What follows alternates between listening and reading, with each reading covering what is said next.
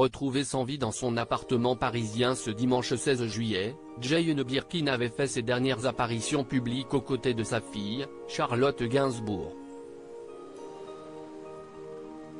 Alors qu'en février dernier elle assistait à la cérémonie des Césars et apparaissait diminuée, l'actrice franco-britannique était resplendissante en 2021 lors du 74e Festival de Cannes. Venue présenter le documentaire Jane par Charlotte, elle s'était affichée en pleine forme et souriante lors de la séance de photocall dans une tenue de la marque Céline, avant une montée des marches du Festival de Cannes bras dessus bras dessous avec sa fille, réalisatrice du documentaire. Jane Birkin était une habituée du Festival de Cannes. En 2016, CST en smoking décontracté avec un nœud de cravate détaché qu'elle avait foulé le tapis rouge en ouverture du festival pour le film Café Society du réalisateur américain Woody Allen. Un an auparavant, CST en compagnie de la réalisatrice Agnès Varda qu'elle montait les marches en clôture du 68e Festival de Cannes pour le documentaire La glace et le ciel de Luc Jacquet.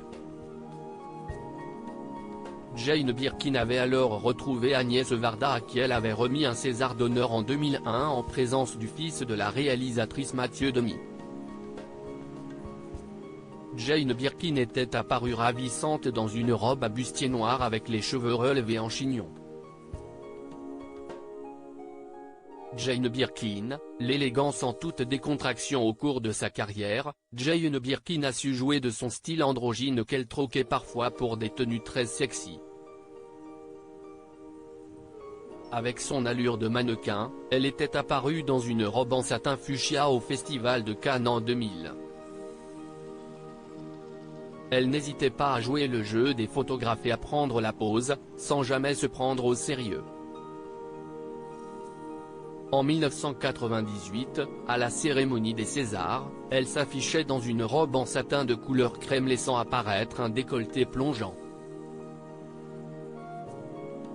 Enfin, en 1998, la comédienne et chanteuse avait opté pour une chemise blanche ouverte et un pantalon large lors de la 23e cérémonie des Victoires de la musique.